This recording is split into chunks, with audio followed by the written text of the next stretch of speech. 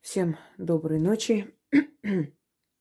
Итак, друзья мои, вот уже несколько дней пытаюсь выставить этот ритуал, никак не получается. Много дел, постоянно руки не доходят. Итак, очищающий костер. Я вам много дарила ритуалов, которые убирают застой, убирают безденежье, убирают какие-то препятствия с дороги. Они все рабочие, они все сильные. Но у каждого, естественно, своя энергия, знаете, память крови, родовая память. Поэтому каждому человеку подходит свой заговор, свой ритуал. Именно по этой причине я и отдаю и дарю много различных работ для того, чтобы у людей был выбор. Если что-либо такое не подходит, значит, подходит другая работа. Кроме того, не забывайте, что каждому подходит своя стихия. У кого-то срабатывает замечательно ритуалы, связанные с огнем. У кого-то очищение солью срабатывает быстрее, у кого-то с землей, у кого-то замечательно получается с водой. Поэтому, учитывая эти особенности в том числе, именно по этой причине я как бы выдаю различные работы и различные направленности.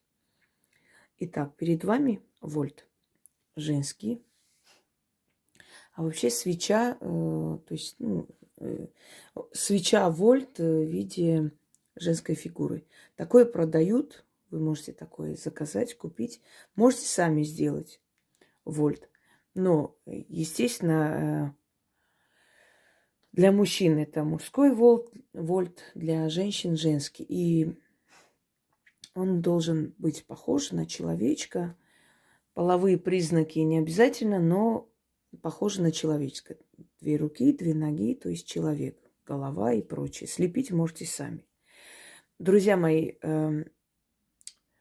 в работах, в ритуалах для практиков там есть такая особенность именование вольта или по-другому называется крещение. Оно к христианству никакого отношения не имеет, но как бы инициализация этого вольта. Но там совершенно другие работы. Там берется мумиё человека, иногда фотография сжигается, перемешивается и подготавливается или изготавливается вольт. Иногда эту фотографию оборачивают вокруг свечи и сжигают по-разному. Вам это не обязательно, но есть несколько обязательных условий. Первое. Вольт может быть любого цвета, здесь разницы никакой. Первое. Вы должны на нем, на этой фигурке восковой, написать свое имя, дату рождения. Полное имя по паспорту. Не так, как вас называют или как ласкательно, полное имя по паспорту. Обматываете черной ниткой. Вот таким образом, чтобы вот были обмотаны руки, ноги. То есть вы показываете некое такое препятствие в жизни. Понимаете, как человек говорит, меня как по рукам и ногам связали, у меня ничего не получается, я ничего не могу сделать, за что не берусь, ничего не выходит и так далее. То есть это жизненные препятствия.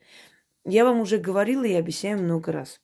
Люди, которые пользуются моими работами, у них все может идти замечательно, отлично. И как только они отличились тем, что у них удачная полоса началась, а люди наблюдательные, прекрасно видят, замечают перемены в вашей жизни, может начаться зависть. У вас может кто-то побывать и в гостях, после этого вы можете почувствовать, что у вас как будто бы удачу украли. И такое может быть составляющей. То есть все шло нормально, все хорошо, застой. Зависть, сглазили. Вы сами себя сглазили, лишнего начали говорить, а удача любит тишину, поменьше говорить и болтать. Ой, так хорошо, все у меня получилось. Прекрасно, замечательно. Нет, когда вы делитесь результатом, это совершенно иное. Потому что вас не знают, не знают, как вас зовут, даже узнают, вас не видят воочию. Слушают ваш рассказ. Это вдохновляет человека. А когда ты показываешь там бриллиантовое кольцо кому-нибудь из своих подруг, как там, заядлых подруг.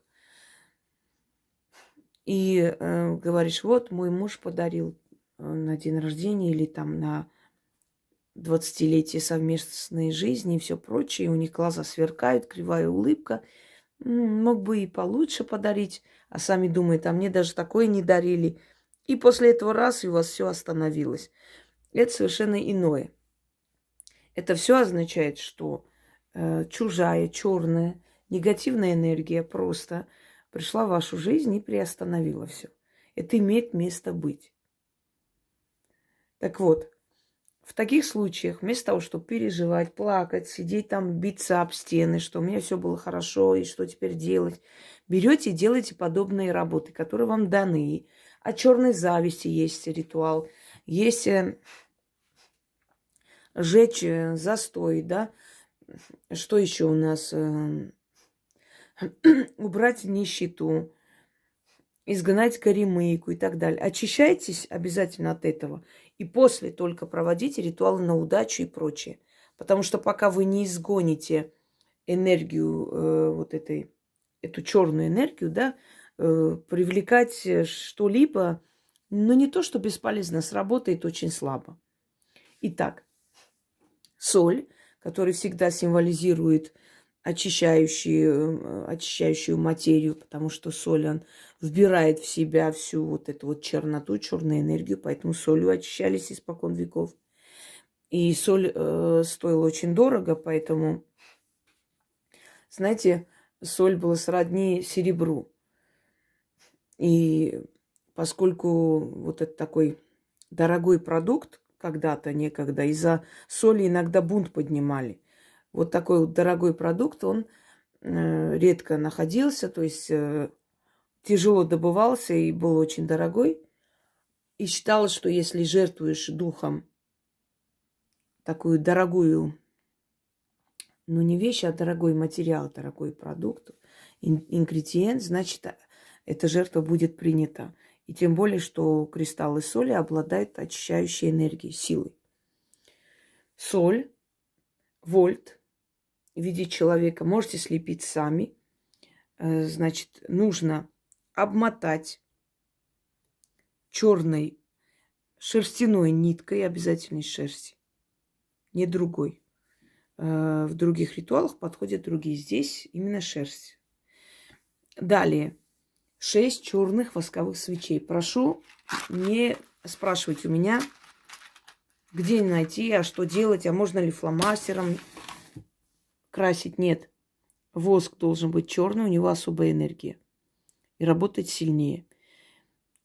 Я здесь сделала по стилю своей прабабушки. Она ставила свечи в зерно или в пшено, или в ячмень, одним словом. Считалось, во-первых, они лучше держатся, и считалось, что вся темная черная энергетика поглощается ячменью, а потом она это все, естественно, выкидывала. И знаете, что самое интересное? Обычно ячмень, когда кидаешь, или пшеницу, прорастает. Везде прорастает. А вот после этих чисток и прочее из-под свечей не растет. Такое ощущение, что из них вытягивалась жизненная сила, энергия жизни. Это все серьезно, это все реальность, это все есть, это все испокон веков было, это все работает. И поэтому ко всему этому относитесь серьезно. И соблюдайте все эти меры предосторожности, которые вам сказаны, и все вот эти особенности ритуалов и, скажем так, все условия, если вы хотите, чтобы у вас получилось. Это так, просто для освещения, чтобы лучше было видно все действия, которые я делаю.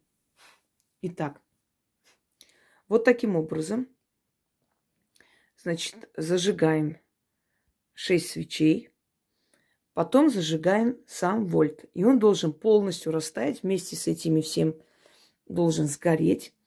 И, значит, все это уйдет, естественно, в соль. И после того, как мы 6 раз прочитали, мы ждем, пока этот вольт догорит.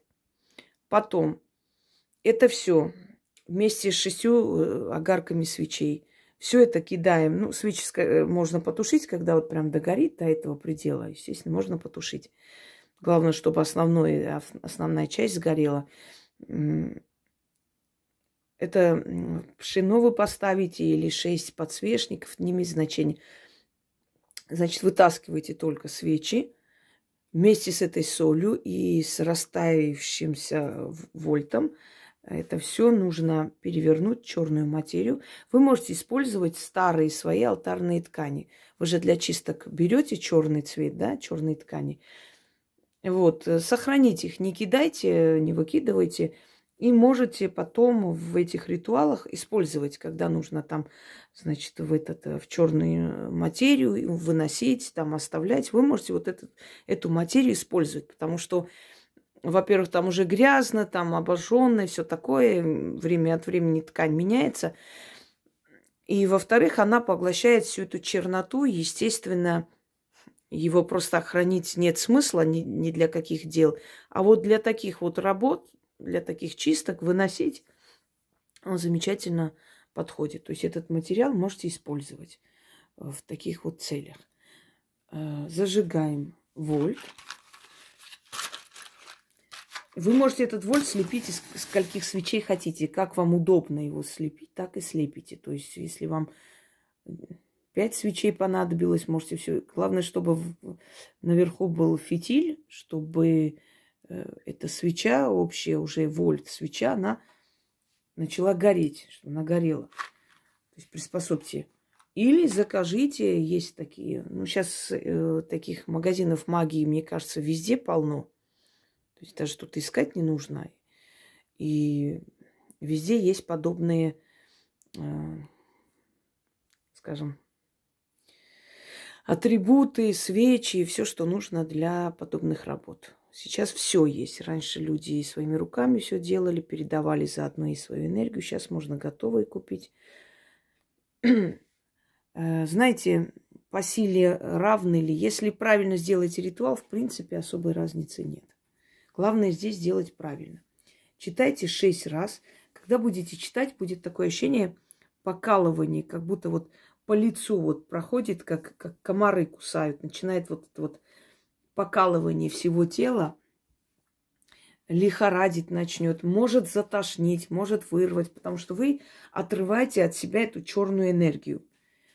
И после станет легче, намного легче. И вот это ощущение безысходности, беспомощности, отчаяния иногда, опускаются руки. Согласитесь, когда у человека вроде все шло хорошо, в какой-то момент все встало. Или какое-то дело вот уже должно получаться, и ни в какую, просто как пробка образовалась, и не пробьешь эту стену.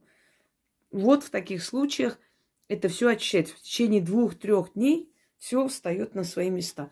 Если все сделаете правильно. Выносить можно на следующий день, или в тот же вечер, или тот же день. Значит так, про Луну не спрашиваем.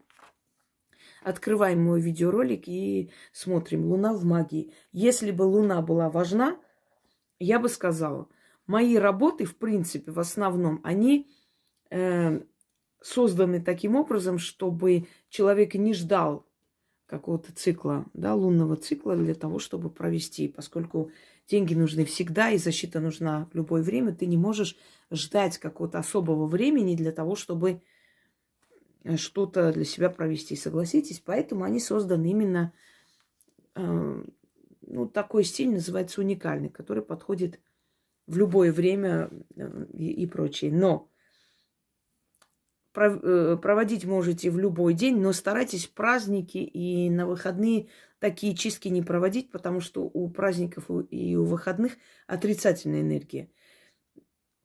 Потому что мы знаем, что человечество в основном праздновать не умеет. Это пьянки, это, скажем, скандалы и прочее. И у праздников и выходных энергия не очень хорошая. То есть неподходящее. Но если прям вот не втерпёшь, можно провести, но сработает не так. Не так сильно. Ничего плохого не будет, но он не так сильно. Постарайтесь избегать праздников и выходных. И, провести в темное время суток. Это обязательное условие. то есть ночью, глубокой ночью, вечером, когда еще солнце не взошло или когда уже солнце село. В это время особенно сильно получается. Начнем. Костер жертвенный, огонь спасительный, к тебе обращаюсь. Плитку, что мне дорогу закрывает, отжигай. Невидимые препятствия сжигай, испепели. То, что связало меня по рукам и ногам, что меня на месте держит и идти не дает. Костер жертвенный, пылай. Искры жаркие на 4 стороны метай. Дороги мои огнем расчищай. Закрытые пути мои открывай. Сгори нищета, сгори маята, сгори застой. Обратись во прах. Как дым уходит неудержимо, так неудержимо уйти неудача. За черные горы, за бесплодные пустыни, где люди не ходят, где гады не ползают, где кони не бродят. Сгори плитка, черная нитка, сгорите препятствия, дорога откройся, дорога откройся, дорога откройся. Свершилось, заклято. Костер жертвенный, огонь спасительный, к тебе обращаюсь. Плитку, что мне дорогу закрывает, отжигай. Невидимые препятствия сжигай. Испепели то, что связало меня по рукам и ногам, что меня на месте держит и идти не дает. Костер жертвенный, пылай, искры жаркие на 4 стороны метай.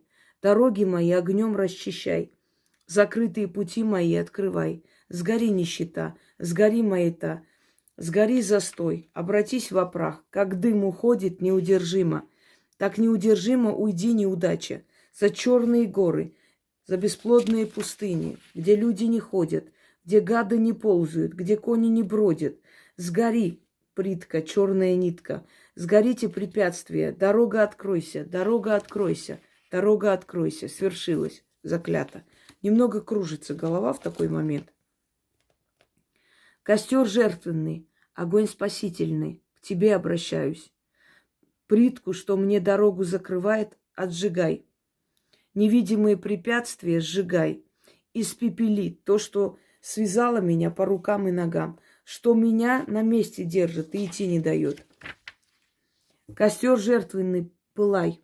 Искры жаркие на 4 стороны метай.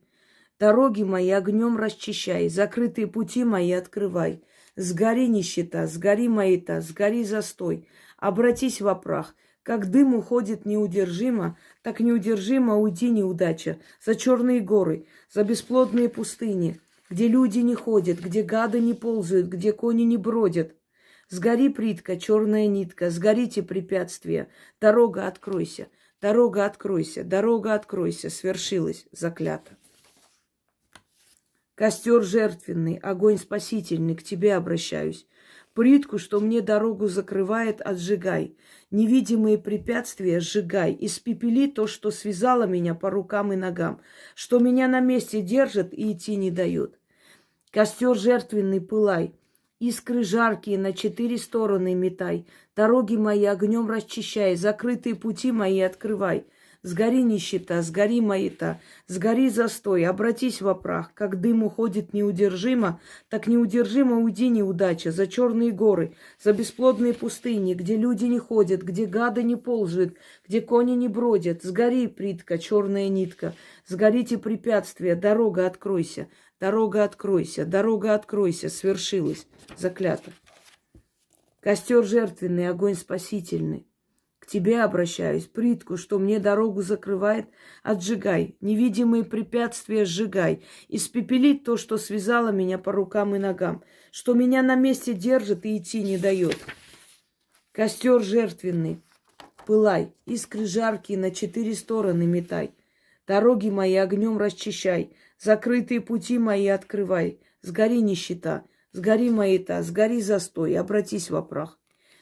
Как дым уходит неудержимо, так неудержимо уйди неудача. За черные горы, за бесплодные пустыни, где люди не ходят, где гады не ползают, где кони не бродят. Сгори, плитка, черная нитка, Сгорите препятствия, дорога откройся, дорога откройся, дорога откройся, свершилась, заклято. По-моему, 6 раз прочитал. Но учтите, если вы возьмете вот такую свечу, эта свеча будет гореть долго. Поэтому это тоже учитывайте. На всякий случай. Всем удачи, всех благ. И пользуйтесь, меняйте свою жизнь. Все в ваших руках. Просите, и силы вам помогут. Всем всего хорошего.